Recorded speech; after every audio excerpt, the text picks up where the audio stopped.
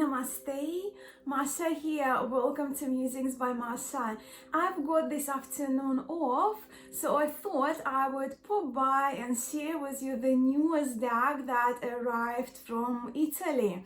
And this deck I purchased for myself as an early birthday present. And while my birthday is only next week, I just couldn't wait to open it and to share these cards with you. As you can see from the title of this video, the deck that we will be having a look at today is called Misteri Della, Sibilla, which translates the mysteries of the Sibyl. Now, I am very new at reading with Sibilla cards, and I only actually started my Sibilla journey, if you will, earlier this year, although I received my first Sibilla deck, Vera Sibilla deck, last year for my last year's birthday from my friend, and I did mention that on my channel a few times now. But until recently, I had no idea that there would be more versions, more options for Sibilla decks, because the deck that I started learning Sibilla with is called Vera Sibilla, which translates the true Sibyl. And there are really only 3 options of it available currently on the market, right? The options that are accessible for us to purchase. I do have a video on sources and resources about La Vera Sibilla that I found useful as actually the first video of my new sources and resources video, which I will link below, where I share those 3 decks with you, the true Sibyl decks, right? And they are, I'll just quickly briefly mention, the Everyday Oracle by Lo Scarabeo, La Vera Sibilla by Massenghini, which we will use to put side by side with that newest Sibilla deck that I've received, and of course the beautiful Sibilla Originale, but it's La Vera Sibilla, the original Sibilla, the true Sibyl by Il Meneghello, which I have 2 copies of as well. This one is, I trust, is the 90th copy, which was laminated and glossy, but the other copy is more kind of on a papery Il Meneghello cardstock that we are used to these days, really. So they're the options, but as I mentioned, only recently I discovered that there are a few Sibilla decks which are not classified as the true Sibyl, the true Sibilla, La Vera, Vera means true, right? But they are really pretty, and the first one, of course, is the Mysteries of the Sibyl that I will be sharing with you today. And when it comes to Sibilla, from the very beginning, when I started reading a book and when I only started my course, I did the course with World Divination Association when I started level 1 and started doing 3 cards readings for myself. What really surprised me about it, how accurate Sibilla is. And I guess possibly because really the questions I ask, and now I started reading actually for my friends, which is very exciting, the questions that they asked, they're all about questions of daily life and work and love life, relationships, right? Options that they have, decisions that they have to make. So Sibilla has proven to me to be extremely accurate, even like in a 3-card reading. So I love it for that, but also for me, Sibilla is my cheekiest and chattiest system of cartomancy that I have experienced. So I absolutely love it. And for me also, my experience with Sibilla has been, regardless of the question that I ask, and very often people, my friends and family members that I read for, ask, the Sibilla first answers not the questions, but give the very spot on, very accurate outline of the present situation, real situation, really not hiding anything and not trying to be kind of soft in delivering the message. So very cheeky, very honest, very like bang on, accurate. And that's what I love about it. And then of course it answers the question, right? Further on, but the first message that I'm only speaking from my experience, I'm only a novice, but I actually find it quite fun, and I love that.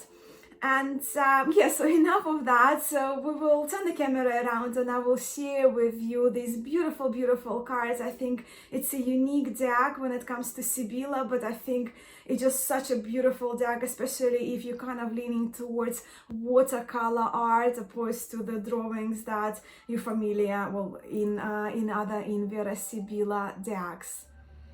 I Misteri della Sibilla, the mysteries of the Sibyl, come in this tag box. It's a beautiful woman. One side, that's the side. It's the ISBN number if you're interested in that. Yeah, so it's a tag box and the cards are published by Dal. It's a name of the publishing company in Italy, and I trust they publish cards. And if we take the cards out, I just have a look at the card stock and the card comparison size, because these cards are larger, a little larger, or substantially larger than a plain card deck, or which is the size of the Sibilla, original Sibilla cards. So this is the, I guess, the information card, the title card that says, and again, I can understand a little bit of Italian. I don't speak Italian, but it looked like they were designed in 1982, so the year before I was born, by Ettore Maiotti. So it's not the brand new deck. They've been around for a while and published by card publisher Dal Negro. So and they're the bags, by the way, so you can see the bags are quite lovely. The cardstock is lovely, so it has you can see probably a little bit of a texture to it.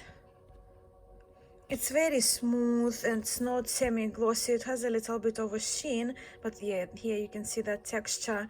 It feels very satiny with that little, like I like to describe it, a little bit of a waxy feeling, which I really love. And as you can see, the cards are very, very flexible.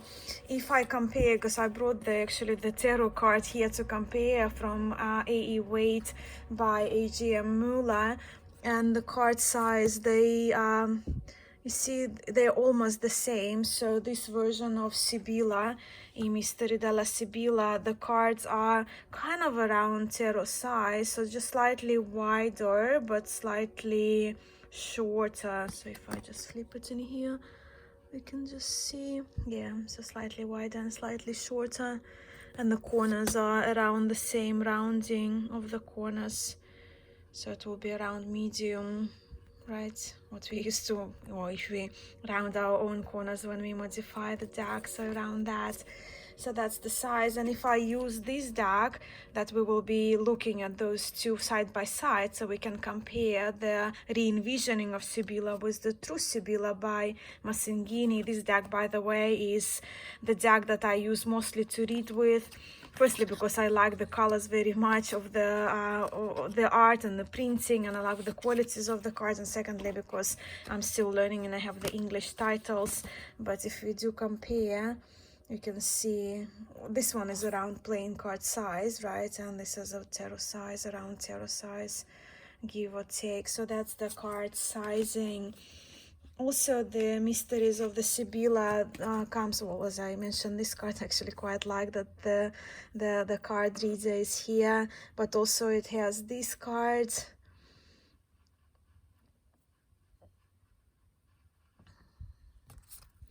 And what I also really appreciate about the mysteries of the Sibilla, I Misteri della Sibilla, that it actually comes with 2 extra cards, because Sibilla deck of cards has 52 cards, right? And they pretty much 52 cards and 4 suits that we're familiar with, the suits of hearts and diamonds and clubs and spades. This deck comes with 2 extra cards, 2 significator cards, I guess, Louis and Lay. So he and she, right, male, female, and they're quite beautiful as well. And here we can see actually all the cards.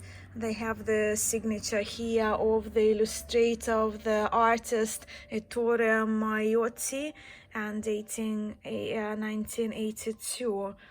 So I actually quite like them. And reading directionally, again, Sibilla is read directionally. so they can be looking at each other or away if you want to use those cards. I'm not sure. I think I will just kind of put them aside in my readings because I have been learning using kind of traditional 52 cards, but I really appreciate that extra addition to this deck of those 2 cards, which are lovely, by the way. And you can see how beautiful I find this watercolor artwork is just so very pretty. The Mysteries of the Sibilla deck comes with the little booklet, and while it indicates 52 cards for divination, which of course 52 traditionally use this deck, as I mentioned, it came with 2 extra cards for he and she if one decides to use those as significators. The guidebook is in Italian, but it's only tiny. I haven't translated it yet, but these days with Google Translate and the app where you can take a picture of the page and then it translates automatically for you, it will be an easy task for me with the smaller size of the book. And of course we have the cross spread here. I haven't actually tried the cross with Sibilla, and it looked like in here that you choose the significator he or she, not number cards, or maybe you need to count, I don't know. And of course there is a 15 card spread, Sistema della Torre. I haven't heard of that one, so I'm very excited. Actually, probably will be the first page I will be translating. I haven't done readings with more than, I think I've done 9 cards, 12, but yeah, 15. I've never done a reading that big with a Sibilla deck. So that's the little booklet that it comes with. And of course with Sibilla we do have references to the suits, like playing card suits. So first of course we will have a look at the suit of clubs, and in the Vera Sibilla deck by Masengini we have that suit here in the top left corner, where in the Mysteries of the Sibilla by Dal Negro we have that at the bottom, at the very bottom of the card, right? It's almost like creating a border here. Also in Sibilla, when you see the small numbers here, 8228, it's just references to the lottery numbers, which I don't use in my readings, but I know some people do. We have the title of the card in Italian, and we do have a meaning here, meaning reference also in Italian. And also I should say that in Everyday Oracle by Lo Scarabeo you don't see the references to playing suits, and even here you can see it's Ace of Clubs, where in of course in Masengini deck is the 1 of clubs, and then we'll have 11, 12 and 13 in this deck for the Jack, Queen and King. But in the Everyday Oracle by Lo Scarabeo, we don't see the I guess the symbols for the French suits, but we see letters. So this suit you will have F, it will be 1, the number will be included 1 or F1, F2, but F stands for Fiori, which is the same as the suit of clubs, flowers in Italian. So let's have a look now on the cards. I really love this artwork. We see the Imeneo card was remade Sponzali, and I understand why, because for me, having spoken to an Italian person, it looked like Imeneo was sort of like an older word for meaning that marriage or nuptials, so they renamed it. And they depicted it differently, rather than having those 2 hands over the fire. The depiction here is the depiction of the wedding. But just have a look how beautiful and stunning the colors are in this watercolored version of a Sibilla deck. So of course in Sibilla every card depicts a everyday object, or depicts a everyday scene or some scene of kind. So we have the Superbia, we have the beautiful peacocks in both decks, and Haughtiness Pride. So you can see my keywords here, the card titles above, as this one is my study deck. I have a clean copy as well, but I thought it just will be easier for you to have a look there. I really love the idea of watercolor, the travel.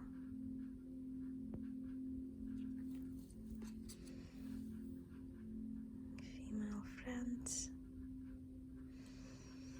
These cards, they have this soft and romantic feel to me.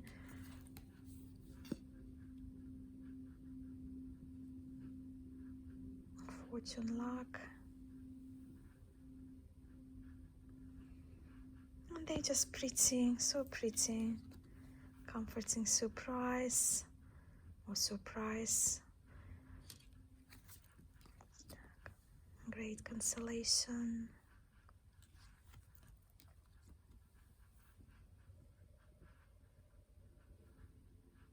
Get together, meeting, reunion. Happiness, joy, cheerfulness. So you can see they're different, right, in their depiction. Hence, this one is called the Mysteries of the Sibilla. It's not called the True Sibilla, but all the images are very, very recognizable.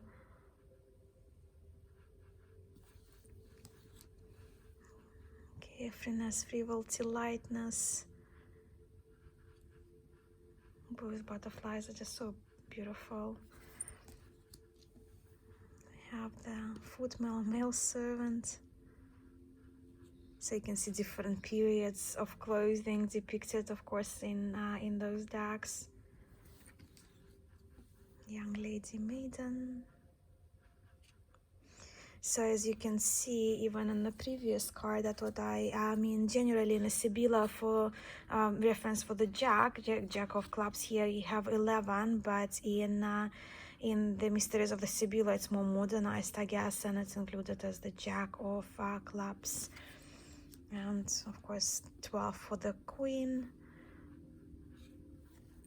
And we have the Doctor, which is 13, or the King of clubs. Now to the Suit of Hearts, the Conversation.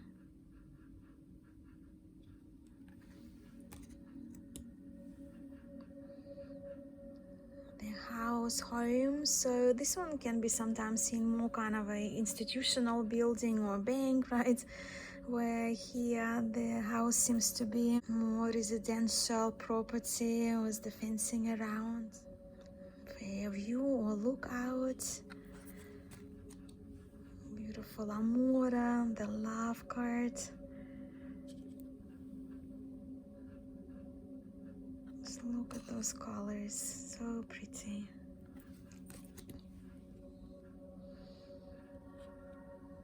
Happiness of the heart.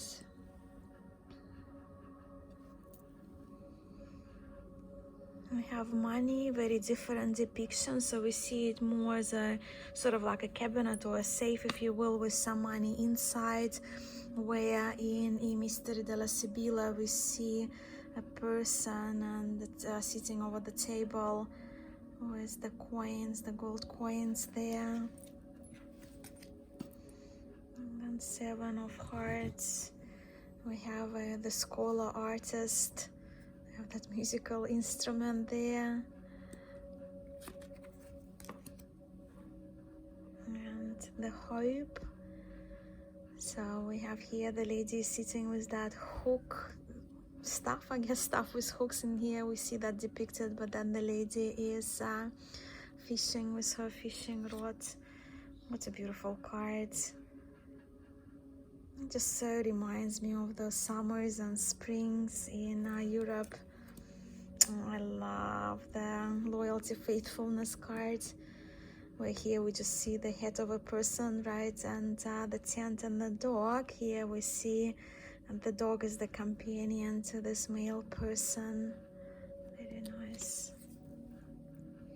The constancy cards, I love seeing those 2 columns. Yeah. The lover, particularly male lover. So here we see he is more serenading, possibly a person there behind the window, and here the lover is serenading her, holding the flowers.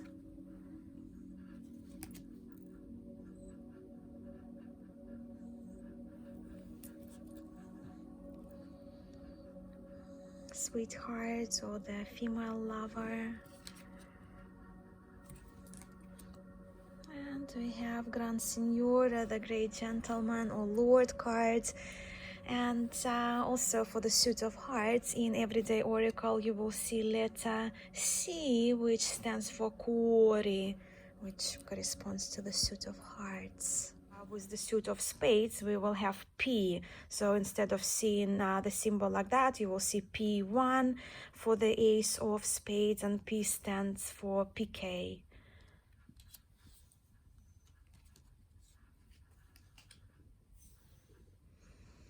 The old lady, the widower, sick person, death. So here we have a coffin, and here we have a death standing over the dying person. Sighs, longings. It depicts their longing quite a bit, quite well. And as you can see, we see on all cards, we see the name of the artist. Tragedy, misfortune, consumed with jealousy. So here we just have a male figure, and here we can see the jealousy is more depicted as an emotion of that woman looking over that. Two people walking away. Prison. Soldier.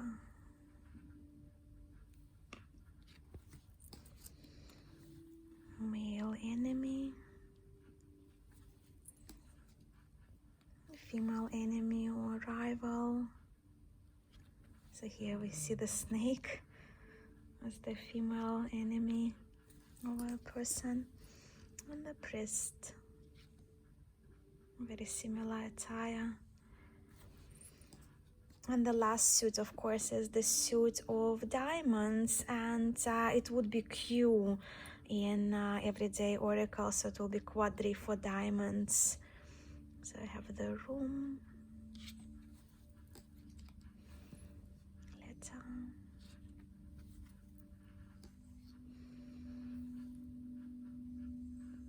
housemaid or servant woman. And I trust it's actually quite interesting that in Mysteries of the Sibilla, this is also as the 3 of diamonds, because 3 of diamonds and 8 of diamonds are reversed in other decks, in El Meneghello and in Everyday Oracle. But here they are not. What a beautiful painting that is. I do prefer the cat, of course, in this deck. This cat is the only creepy card for me. Falseness, falsehood. Melancholy.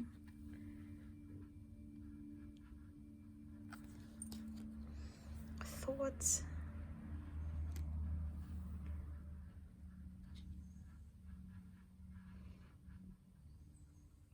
The Mysteries of the Sibyl, I think, depicts the emotions and the body language so well. Down in beautiful watercolor.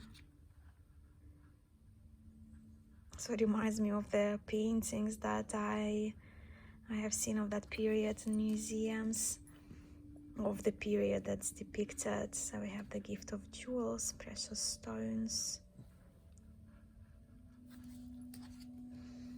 The delirious, so we only have one person here, and we have here 3. The thief, so we have the action of stealing, and here the action of climbing into somebody's apartment or house. So our Jack, 11, the messenger. So this is more the messenger on the horse, and this one more is a delivery of a post. Married woman. And the last card is the merchant. So let's give those cards a bit of a shuffle. They're a bit larger. As you can see, they're very, very flexible, very easy to shuffle. I'll do it in my hand.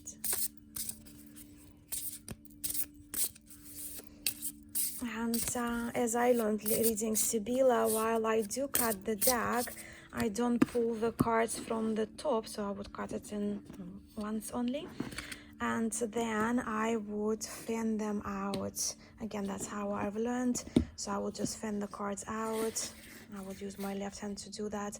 And then I will just kind of glide with my hand, and whatever cards I wish to pull, I will pull them out.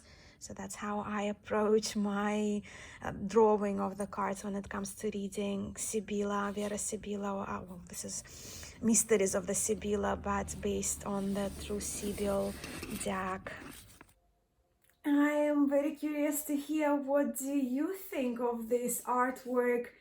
I really think it's unique. I think it's beautiful, and I'm so glad that I got this little deck as my early birthday present, as I mentioned in the beginning of the video. I absolutely love the artwork. I absolutely love this watercolor illustrations or paintings, if you will, by Ettore Maiotti.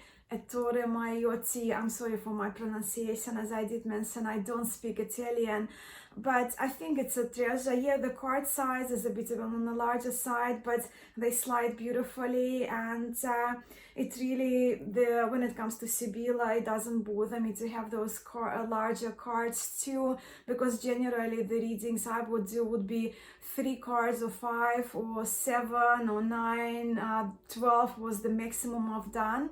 But as we saw in the booklet, there is a spread that you can do a 15 card reading with Sibilla. So yeah, very excited about this deck.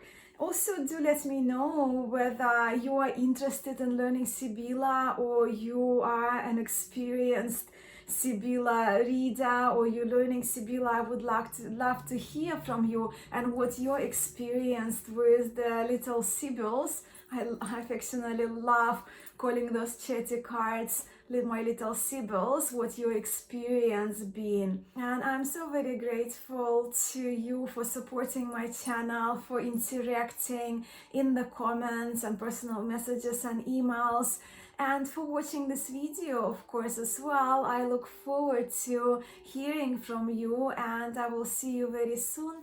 Thank you so very much for watching. Namaste.